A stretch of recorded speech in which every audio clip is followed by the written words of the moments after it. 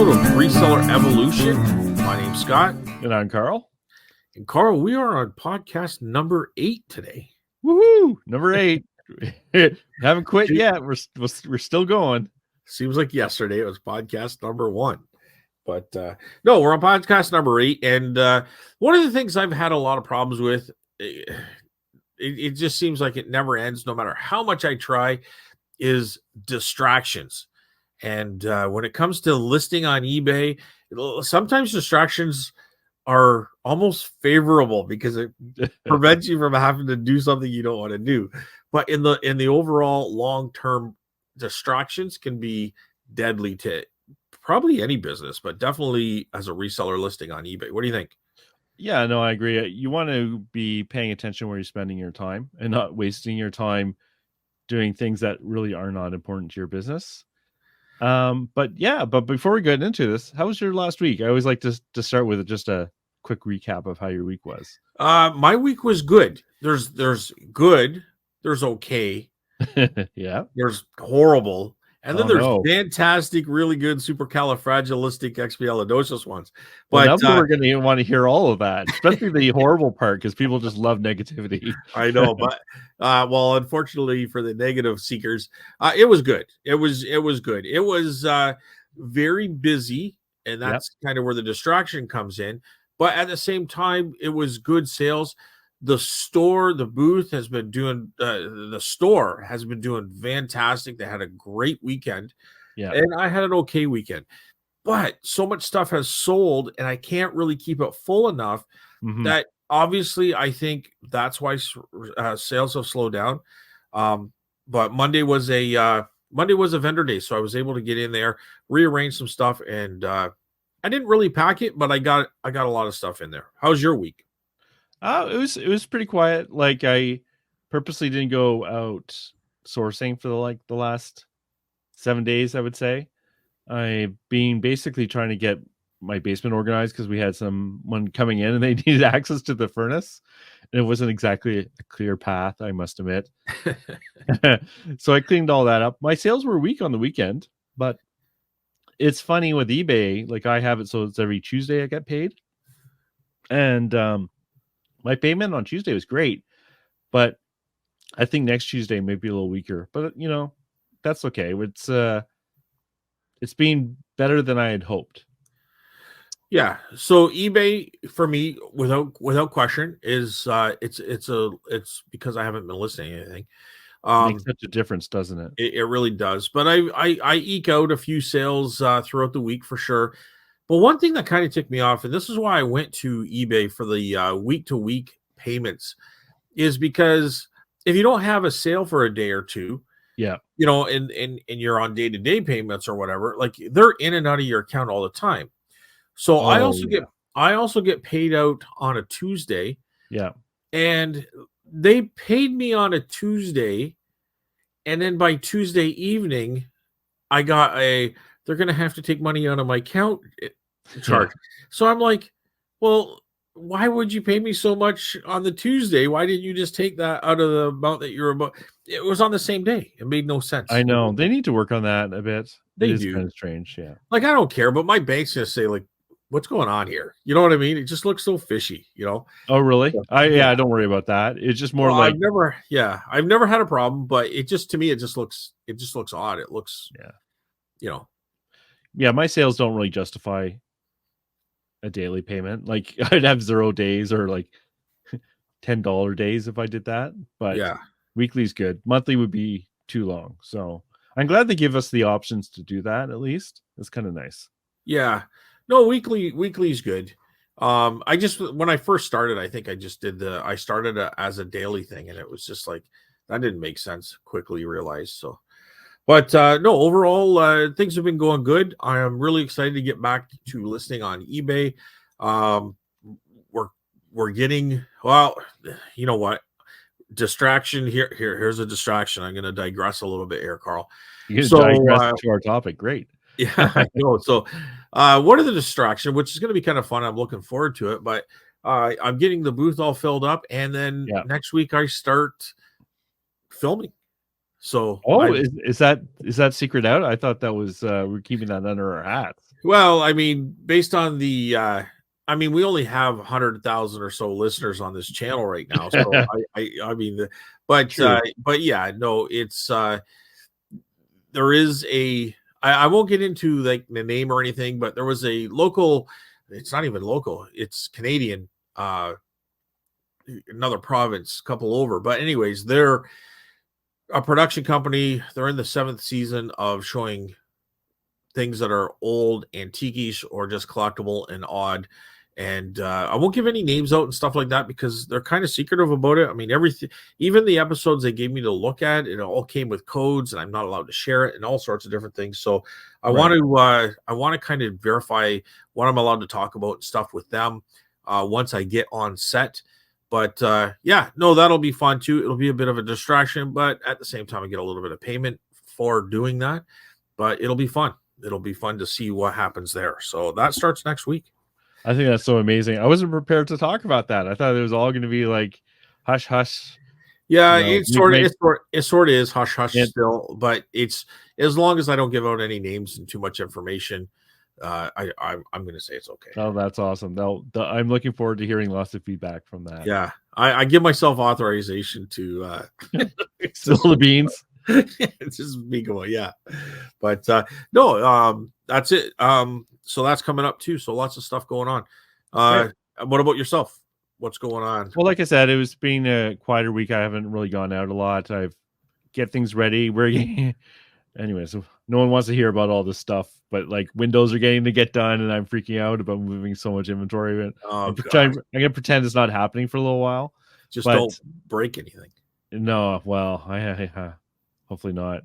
But also just going through, making sure I'm actually following some of the rules of like touch it once, then I either donate it or Yeah, bundle it for later, or sometimes you come across stuff you can't really do anything with. So, but it's been pretty quiet, and that's, I'm not into this hardcore. I'm into this to have fun, and sometimes it's more fun to not source.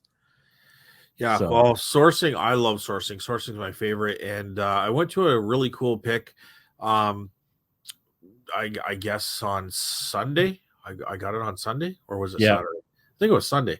Anyway, yeah. So I went out there and I bought 10 pieces of Mexican folk art.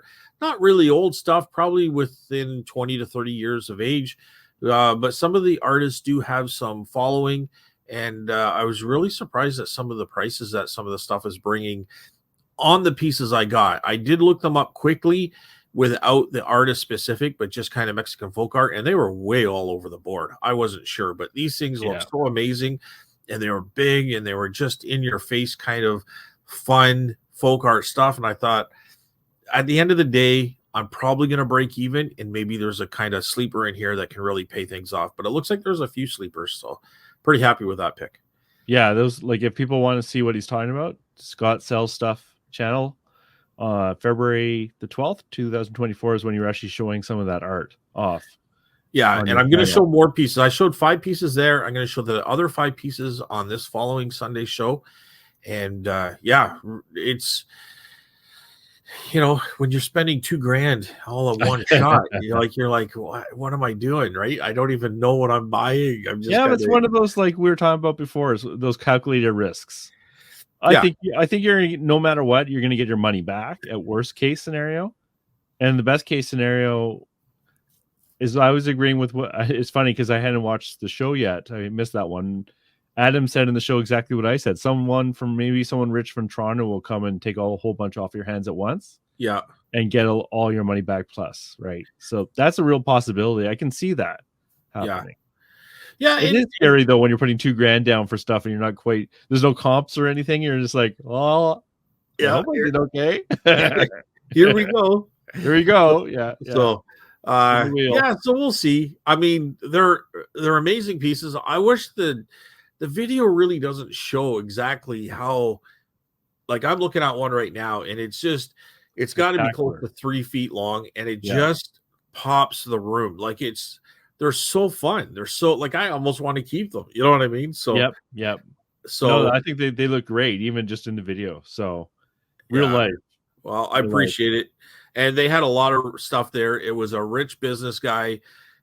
He was he was in his 80s, and he had an operation, and he passed away in December.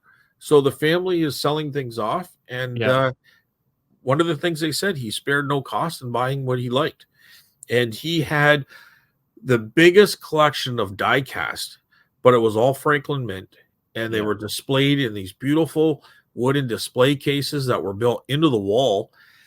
And there might have been, I mean, sometimes when you get a certain number, it's really hard, but if there's a 1,000, there could be 2,000, and quite honestly, there could have been 3,000 to 5,000. I don't know. You just, every room you go into, and these car behind car, like there was so much die cast. Somebody went in there who was a dealer, paid 30 grand for the whole collection. That's one level above us, isn't it? One or two levels above us. That's for sure. I don't even know, even if I had that kind of money, I would necessarily want to put it all down at once like that. Like, I'd be like, oh man, but I guess they must know what they're doing, right? And that's the way to make money. I'm assuming if they're spending 30 grand on that collection, it must be worth at least double that, I would hope. Well, there were so many cars, but let's just say, honestly, if there was less than 2,000 cars, like I would be surprised. But if there was 5,000 cars, I wouldn't be surprised. So let's just say there's 2,000 cars. Like, I mean, every single room had cars in it. Like, and they were all Franklin Mint, they said. So if they had 2,000 cars, and they're, I don't know, 60 to $100 a piece, you know what I mean? Yeah. Like, just for easy math, let's just say $100 a piece, and he had that's $200,000, right? So crazy. Yeah. But you know what people forget too is there's a lot of work with that.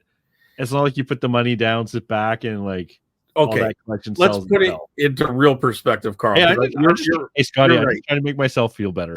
I know. Go with it. Okay, so let's just say there's a month worth of work. Let's say there's 6 months worth of work there. Notice he's ignoring me. He's just gonna just screw. Keep going. If you could list all those cars in 6 months, you could do it in a year. Yeah. You know what I mean? If you only sell 50% of them, it's still $100,000. Oh, you know what I mean? I guess you got 30,000, and then there's some. Obviously eBay's going to take a cut and everything too. So I know, you know what I mean? There's still, I think in a whole year, you could easily get all those listed. And, if you come out of there with 100,000 profit after paying everything off, I think that's what they're looking at. But anyway, it was really, really, really interesting. And I'm actually going to go back to the house. I left one bird there. I'm going to show it on the show if I remember to go get it. But she's on vacation for 2 weeks. The mother's going to be there, so I can go pick up the bird that I left there, the folk art bird. But in 2 weeks, when she gets back from vacation, we're invited to go back again. She says nobody will be there, so we're going to look at more stuff. Wow. So anyways, Carl, we're almost 15 minutes into the show. Yeah. So the topic this episode is going to be on distractions. Distractions as a reseller can be the death of the company, can really be the make or break it type scenario. Mm-hmm. And I think that might be one of my biggest problems, is the amount of distractions and the type of distractions and what distractions do to a person trying to like list or clean or research. Like, every time you get pulled away, it seems like it takes forever to get back into the rhythm. What's your experience on that? Well, for me, it's like I really find I have a limited time of energy and attention and motivation. So when I get that energy, I want to make sure I'm using it correctly. And sometimes, if you're not careful, you're spending a lot of time but not actually getting anything done.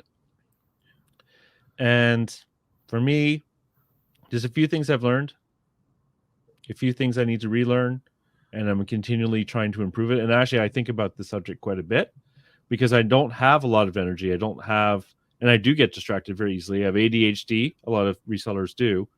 So a lot of us fall into the same habits or pitfalls. So one of the ones that's very difficult, but I highly recommend, and I'm always working on this, is keep at least a little spot very clean for your work area. because what I find personally is if I have a lot of clutter around me, it stops me from staying on task because it simply grabs my attention. It grabs my visual attention. It grabs if I touch it. It grabs if I lose something in it, in the clutter while I'm trying to list. And all that can be, for me, can be very frustrating. And it kind of drains the energy. How about you? Do you try to keep at least one little area clean? Like, I'm not going to say my basement's clean. I'm just saying where I work, I try to keep clean. Sorry, Carl. I was feeding the dog and answering a text and responding to an email. So what was that again? Yeah, no, exactly. All that stuff. All that. I'm just kidding. Keeping an area clean is really important for sure. I try to find time. So here's my problem. Like, and I was like this in college too. Like, if you had to write an essay, I'm not the type of person that can sit here, okay, I'm going to take 10 minutes or half an hour or 2 hours right now to start the essay. I can't do that. I have to kind of like wind myself up to it. I have to like, you know what I mean? Like, but was that efficient? I don't. Or was that just what you had to do? It's just what I had to do. And it just seems like, okay, you know what? Right now I kind of feel creative. I feel like doing this. I feel, you know what I mean? And then, well, Steph will say like I haven't seen you all day. Where you going? I'm going downstairs to start listing. Well, yeah, but are you actually listing or are you puttering around your basement? That's the difference, right? Like I find when it's clean for me, and when I say clean, I'm not talking like vacuumed or spick and span. I'm just talking about having a simple work area without stuff in the way. Yeah. So mine's more of a mental thing. So if I'm in the mood, I could sit and list for a long time. Right. If I'm not in the mood, sure, I'm just going to start cleaning whether it needs it or not. I'm going to start cleaning items. I'm going to start researching items because I'm just not in the mood to list. So I'm easily brought into doing other stuff. And then if I'm into researching and I'm not in the mood to list, I'll go down a rabbit hole for an hour on one item, which is that's actually another one of my points.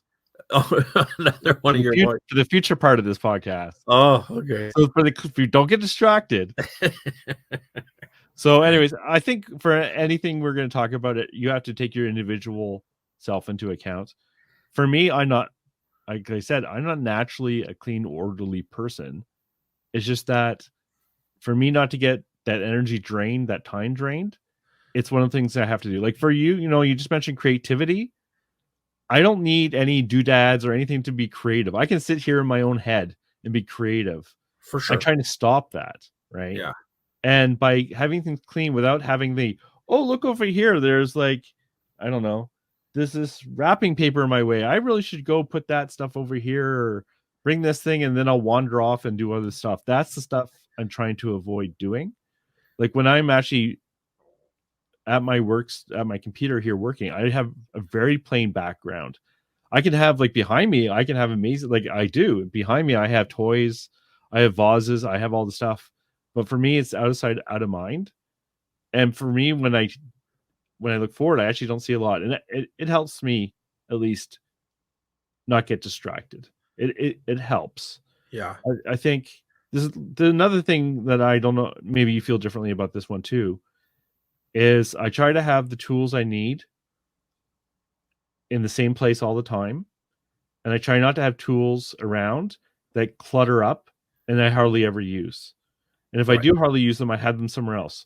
So for example, when I'm listing, right, the tools I often use is a letter opener, which I use to open bags with. It's always in the same spot. I have the measuring tape always in the same spot. My scale is always in the same spot. The little cloth I use to clean my camera before I take photos is always in the same spot. But what I don't have in that same spot is everything else. Everything that like makes it difficult to find that cloth or that letter opener or whatever. See, Carl, these are things that I was going to talk in the future here on this. I stole it from you. Excellent. And that would have been techniques. But we'll definitely talk about techniques that we use to reduce the temptation of being distracted.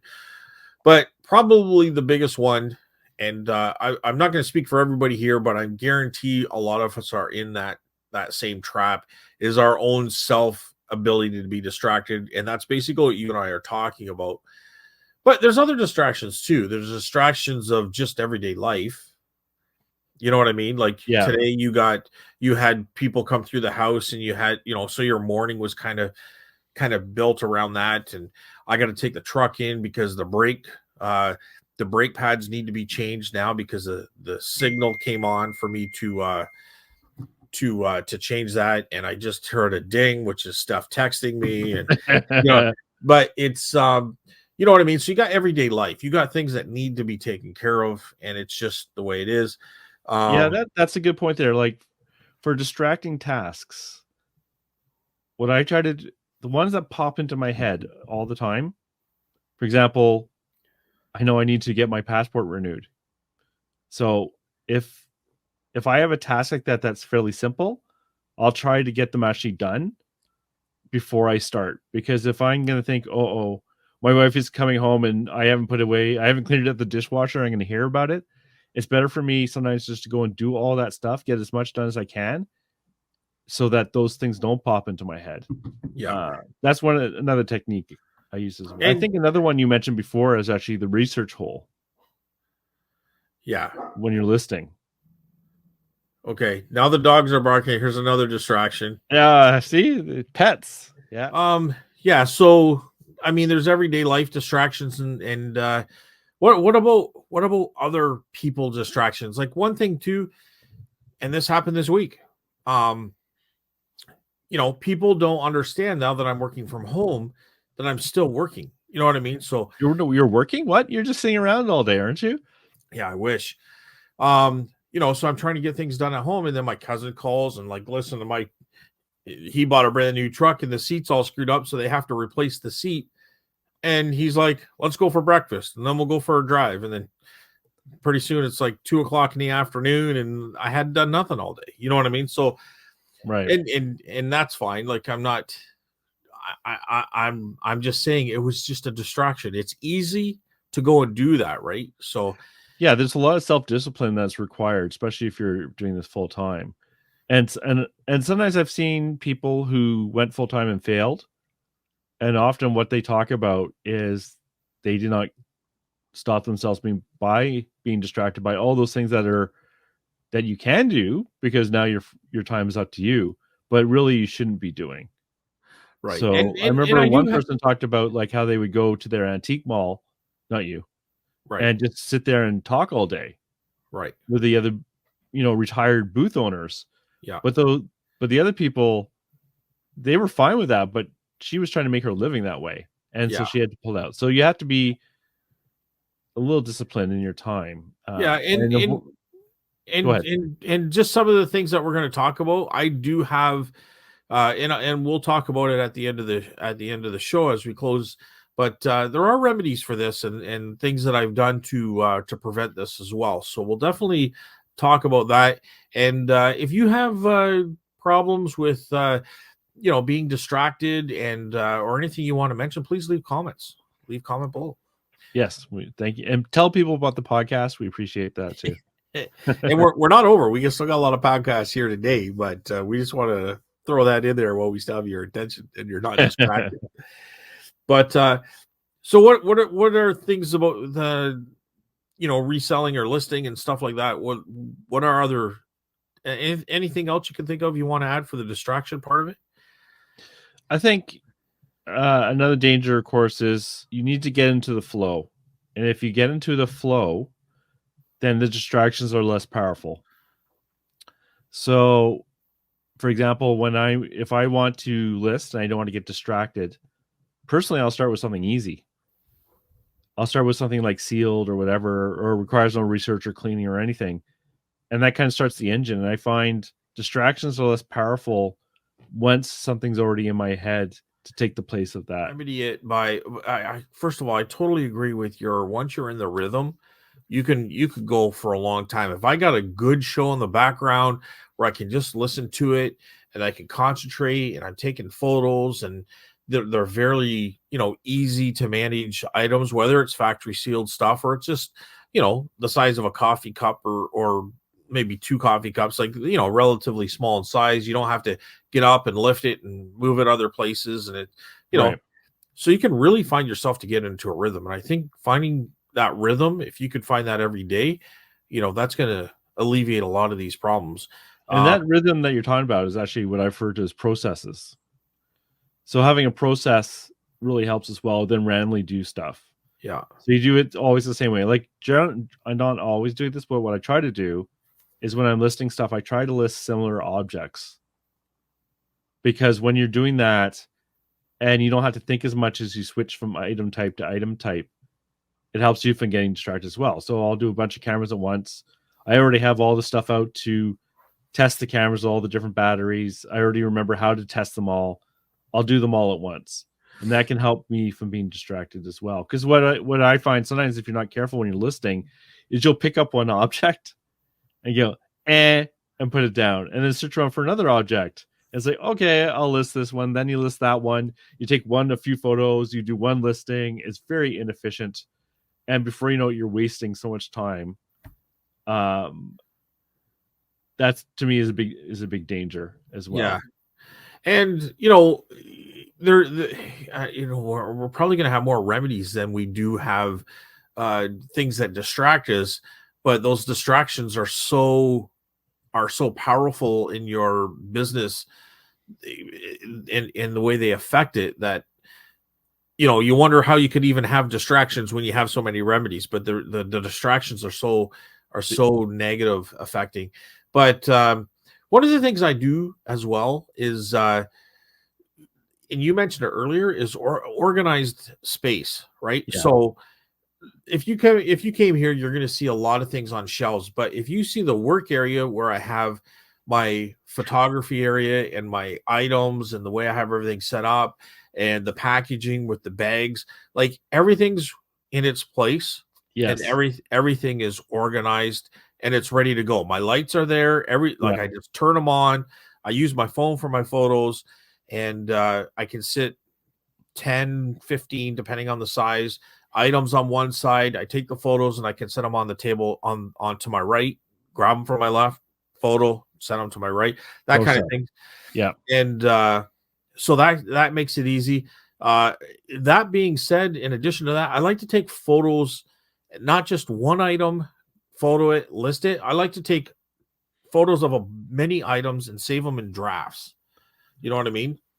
Yeah. I find that helps a lot too. So like you said, I'll generally, what I try to do, I don't always, but 3 to 5 items I'll take photos of all at once. Actually, what I do is I do drafts on my on eBay first for those 5 items, and it helps me list them for some unknown reason. So when I do the drafts, I'll do all the information. The listing is pretty well complete. I'll do the photos after, and then just complete the drafts after that, and that works the best for me. And it keeps me from kind of like half starting stuff. When it's like you take the photos and then for some reason you never list it. Yeah. Do you ever have that and the photos are there forever? It's like, well, I did this bit. I have rarely.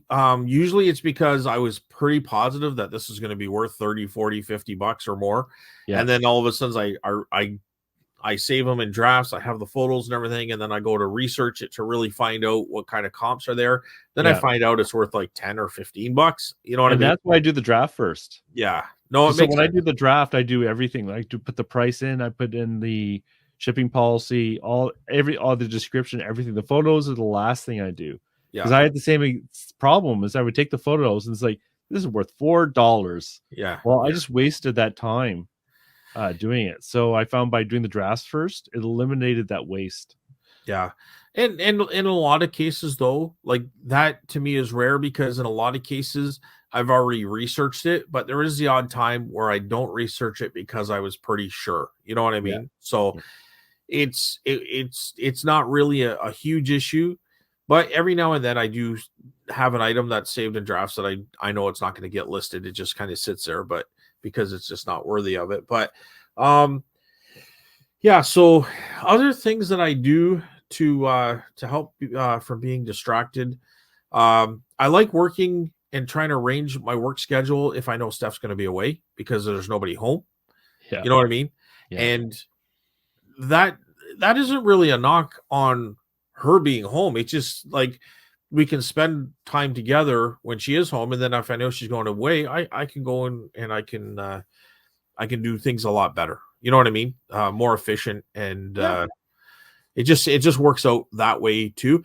And it's not that she's got a lot, but she, you know, she's a busy girl too, right? So she's got, like, today she works 2 days a week at the booth, at the store, not at the booth, because no one needs to work at the booth.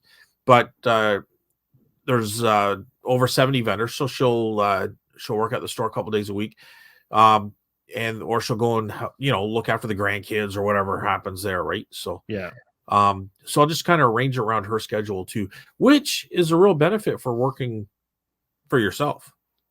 Yeah, often I'll work weekends because I want to, not because I have to. Right. Right.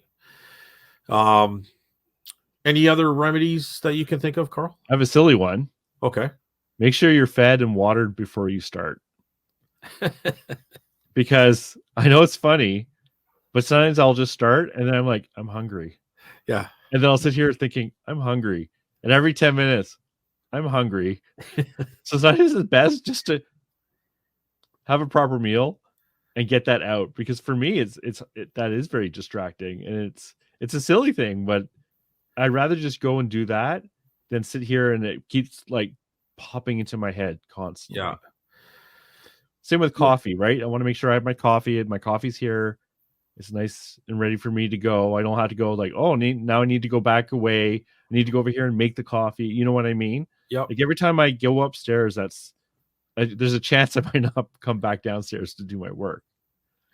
Yeah. No, that's definitely a good one. I don't really have a problem with that too much, because I mean, we have a water cooler, so I'll just run up. It's right just at the end of the stairs here. So it's not too big of a deal to grab water. But I usually have a big glass of water here. So that's not too bad. If you had to go up and you had to cook yourself a big breakfast or something like that, I guess I could see. But one of the things I like to do is, and sometimes I get kind of turned around on this, but I know a lot of people like to stay up late and work late. Yeah. And that's okay. But I'd like to get up early in the morning. I like to start at 7. Well, it's just because there's less people to distract me. You know what I mean? I can see at night. There's a magic time when you work that early, isn't it? Like the house is quiet, or my best is when I take pictures. Yeah. Like, say I have 15, 20 pictures. I get up in the morning. The pictures are already in draft mode. And all I have to do is sit at my computer with a coffee. Yeah. And I can sit here and, research them or whatever I have to do and fill in the blanks and list it. That I find is when I do my best. You know what I mean? Now, that being said, sometimes there's a movie at night that goes till 2 a.m. I don't know how it starts at 9 o'clock at night and goes till 2 or 3 a.m, but movies sometimes tend to do that. And that's because you work for yourself and there's nobody going to give you shit if you don't, if you don't get up at that's a good and bad thing, right? It's a good and bad thing. So but I find if I can get myself a little bit more disciplined into that system, that's when I do my best. That's when I can really hammer out things. And then if I get that call at 9 a.m, I've probably already listed 10, 15, maybe 20 items by 9 o'clock. You know what I mean? So you already got work done before the distractions can come and take your 100%. 100%. That makes sense. Yeah. Just so everyone knows, that ain't happening for me. Yeah, Carl doesn't like getting up early. I'm not a morning person, no. And you know what? I can be a morning person as long as I'm in that rhythm. Yeah. But if I'm up to 2 or 3 in the morning, I don't want to get up at 7 o'clock. Trust me, I'm not grumpy, but I'm a grumpy guy. You know what I mean? I'm like, I don't want to get up, but yeah. So once I'm in that rhythm though, or if I'm going out sourcing yard selling, I'll stay awake all night. I don't care. I'm getting up. I'm on the road. Oh God, no. So here's another one. Is I find I hate to say this, but if I'm watching a YouTube live it distracts me if I'm actually listening. I enjoy the social aspect. I like the talking and the chats and all that, but I don't actually get any work done. So if I actually want to be really disciplined and not distracted, I will actually play just audio, not even just music without lyrics. Yeah. And it works for me. I don't know why, but it's boring. But it seems to take a part of my brain and turns it off from being distracted. If you haven't tried it, especially if you have ADHD, putting like non-lyrical just sound on can be strangely effective. Yeah. I this one's going to sound odd, but if I was going to put, I think everybody kind of likes music to a degree for sure. So music sometimes is there, but for a lot of times I will put like the 1970s, 80s, maybe even in the 90s, but I'll go on YouTube and I'll search some horror or some sci-fi. Yeah. And well, I don't know how crazy this might sound, but that stuff does not distract me. I like just keeping in the background and I can follow along or something. It maybe it pulls me from being pulled into other directions that become rabbit holes. Maybe I just kind of watch it for a second while someone's screaming and running through the forest with a monster chasing them, and all of a sudden, like, I'm back to work. You know what I mean? Well, there's no interaction there, is there? You're just passively watching it. I'm just passively watching. I could watch the movie like 4 times and probably still miss most of it. You know what I mean? Yeah, 100%. I know what you mean. Yeah, but it's just for it to be in the background, just kind of keeps me kind of entertained enough not to get pulled away. I don't know if that makes sense or not, but for me, it works. Yeah. So another distraction is distractions from the core of your business and how you're spending your time. So I've heard this quite a few times. I mentioned in other shows is that sourcing from thrift stores is really hard to do if you're trying to do a full-time business. And at some point it comes from a good learning perspective or a good way to source when you're part-time to really a distraction of what you need to do if you're going to increase your business. Because instead of finding those better sources, like those private picks, or maybe driving a little further out to great auctions or whatever, you're distracting yourself by just going like, oh, I'll just go to the local thrift stores. But really you're not finding the best way to source in terms of like items per hour spent thrifting or sourcing, if you know what I mean. Yeah, 100%. 100%. If you're taking a full day to get 10 items, you're probably not being efficient.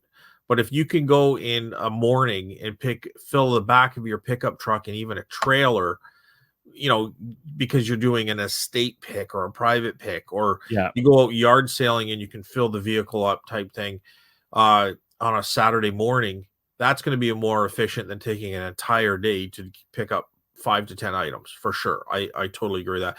Not only time, but gas and wear and tear on vehicles too, right? Yeah. And for me, it's I have problems with this because it's like it's easier for me to go to the thrift stores, right? But really now I've distracted myself from the core, which is like to enjoy this for sure, but also to make money and to grow our business and evolve. Evolution. Yes. And one of the things too, and I think you mentioned it earlier in the show or kind of in passing, but I really want to touch base on it because it's what I've really learned to focus on. And it's part of keeping things clean, keeping your area clean, your work area. It doesn't matter about your death pile. You can have things piled up as long as your work area, because now you go and grab a piece or a box or a tote, bring it from your death pile, put it on a table. And in my case, I have a booth and I do eBay and I take things to auctions. So I want to touch those items once. You know what I mean? I don't want to take them out of the truck, put them in the garage, put them downstairs, put them up here, and then clean them, and then put them on a shelf, and then move them from that shelf to the table so I can photograph. You know, pretty soon. And then before you know it, all that stuff is being moved around 20 times, and it's 100%. Been 2 years. Yeah. And then I find out it's broken, Now I gotta throw it in the garbage, Or you So find it's worth like $500 and it's been sitting in a box for like the last 5 years. yeah, and it's so if you have a system or a process, I mean, it all comes down to a process, but I think touch the item as less as possible, right? I Yeah. so it's just costing you money the more times you touch it. If you look at it that way, hopefully that helps. It helps me. But before I could even do that, I had to have a clear working area, because if it's not clear, you're moving stuff, not even realizing how many touching it, but how many times you touch it, but you're moving it around just to get it out of the way. You know what I mean? Or Get just out to of the put way, it somewhere exactly. so it doesn't get broken, or put it somewhere because you want to list it, and then it never gets Or like the parts get separated, it sounds so simple, but but it's so really important. it's a trap that if you're not looking out for, you're going to end up doing it. And 100% I've with been you. there, and I still find myself there. I still find myself there too. It's always a work in progress. It's not perfect. I think what you're talking about, like the touch it once thing, is really important. I try my best not to do it. So usually when I touch it, like, so for example, I've been going through my death pile. I'll first thing I do is see if it has value. Right. If it has no value, then I'm going to donate it or throw it out. It's got to go. It's got to go. Yeah, If 100%. if it has value, then you determine, am I putting it on eBay, which for me 99% of the time is true. But I'm sure for you it's like, what's better, Booth or eBay? Then it's like, okay, well, to list this, is it missing anything? So for example, that is, I bought these cameras, digital cameras, and they don't have SD cards, right? Not a big deal, but I can't test them fully until I have those SD cards. Right. So that's when the danger for me occurs. So I have this camera, and like one of these cameras is like worth $200, but I got stuck in my process. The danger is if I take that digital camera and put it far back in my inventory, it'll fail the touch it once, deal with it rule. Yeah. So what do you do with? I'm curious how you deal with it, because I haven't found a perfect solution to that little bit. Well, I would agree. I don't have a perfect solution. What I try to do now is just try to keep this area clean, and it's kind of difficult because I have a booth. So sometimes I'll have, for instance, a junk drawer. So Yeah. like keychains, little buttons. Like, people like to come in and they'll pay $3 to $5 for these kind of things, and they're a big part of what my booth represents, because I can get tons of that stuff for basically nothing. And people will come in and they'll buy 4, 5 to 10 of these things at a time. Right. So it's kind of difficult, because I guess what I do now is I will get it, I will bag it, I will price it, and I'll drop it into a plastic tote. But before, I was just kind of pushing them around until I got enough of them to make it sense to deal with them. You know what I mean? But Well, for I do that with example, action figures. I do it with McDonald's toys, because those are very collectible things. Not that they have a lot of money into it, but people come to my booth and grab those things. like I was saying, what do you do with the stuff that you're not sure about? What happens if you can't find any comps for something? Oh, well, the comps are a different thing. So, Let's say you find a toy. You can't, it's old, 60s. You can't find any solds. Google Lens is no good. What do you do? I'll probably end up trying to make a guesstimate on it, and it'll go in the booth. So, see, there you go. So you've dealt with it at that point. It's not going, like, for me, the danger is that at that point it goes back into my death pile. It's funny, when I was going through my old stuff, it's like I have a few notes. I leave myself notes, and after the notes, I couldn't find a comp. And that's what I used to do in the past, right? And then I would store it. But now it's like, can't find a comp. There's no demand for this thing. It's getting donated. Yeah. So that's where the booth kind of helps me out a little bit, because I'll just put a price tag on it, throw it in a box, and it goes onto the shelf.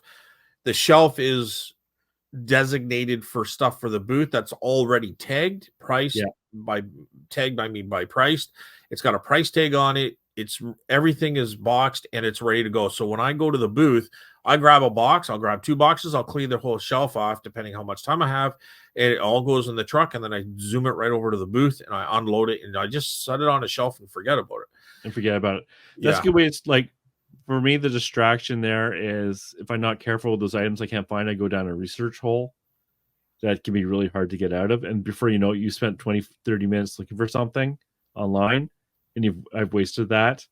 So what I'll do now often is if I don't find it fairly quickly, I'll put it on an auction, or I'll ask a stupid price for it. Yeah. And sometimes you get that stupid price. Yeah. Yeah. Instead of it going back into a box where I write a little note for myself to research it.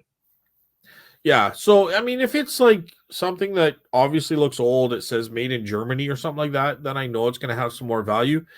But if it's like made in China, it's a little action figure or something and I can't find it, it's just going to go into a bag of action figures that I probably have $5 for 6 or 7 action figures. Yeah. And I just put it in a bag, throw it in the booth.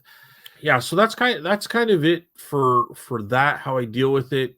I like the booth for that aspect. I do take a lot of things. Like I got so many books here from a large thing. So half of them are going to the booth. The other half, well, the ones that I find that are kind of have some value, I'll put, they're going to go on eBay, but the other ones, half of them will go into the booth. Half of them go to the auction, because I just need them out of here to, at that point. Like, I mean, if it's under $20, I'll put $5 on it, throw it in the booth, right? Because nobody's going to pay $20 most of the time. And the other ones they'll just go to auction, right? And somebody will come in and buy $10 for 10 books, at an auction, and everything is gravy at this point. But it really also depends on what the object is, or the item is too, right? So on how I'm going to deal with it. So I have one last thing. I don't know if you have any more, but I just want to mention one last thing for distractions, how to avoid them. This one seems silly, but I play video games. I like playing video games. I do not play video games on this computer where I do my work. Okay. Because the temptation is when I'm sitting here working, my brain is like, this is my work computer. But if I play games on here as well, I know what would happen is I would stop working and I would start playing video games. Or if there's like a movie or a TV show I really want to watch, I do not play those on one of my monitors when I'm working down here in the basement, because what I'll do is my brain will be like, this isn't the work area, this is the play area, and that will actually distract me. So that's one of the things I actually decided pretty quickly on doing. Is there anything else that you wanted to add for the distraction topic? I don't do video games. I really don't do a whole lot in that regard. So I'll be honest with you, my fun is in researching items. I enjoy that, right? So right. I'll get caught up in researching things and sometimes go Nerd. down. Huh? Nerd. Oh, sorry. No, it's just something I like doing, but sometimes that is a killer in itself, because I over research it, or I go down a rabbit hole that's not necessary. You know what I mean? So that could be, but I don't really play video games and stuff like that or get distracted that way. I really don't even get distracted too much. Oh my God. And sometimes when I go down the rabbit hole, it's really for no reason at all. And it's okay. Some people would say, but you're learning, but at the same time, it's stuff that I'm never going to find or really necessarily need that information down the road. It's just fun for me to kind of learn. And then all of a sudden, a UFO or an alien landed in Miami comes up, and I'm like, well, let's read this headline. Exactly. Yeah. So for research, I actually that's another thing I do upstairs. Yeah. I don't do that in the basement because of that aspect of it. Yeah. Like I enjoy the research too. And sometimes it's good to research, especially if there's stuff you see often and you don't know a lot about, just to do it. But I won't research that in the basement, because the basement I'm trying to keep for listing and packing. Right. All right, Carl, is there anything else you want to talk about? Or I think for myself,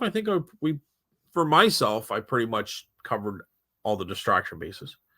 Yeah, those are all the tools and things I've tried to prevent it. Like nothing, we're not perfect here. We're going to be distracted or like not feel like it, or you're just not in the mood or whatever. But those are all the techniques I use to kind of help myself Okay.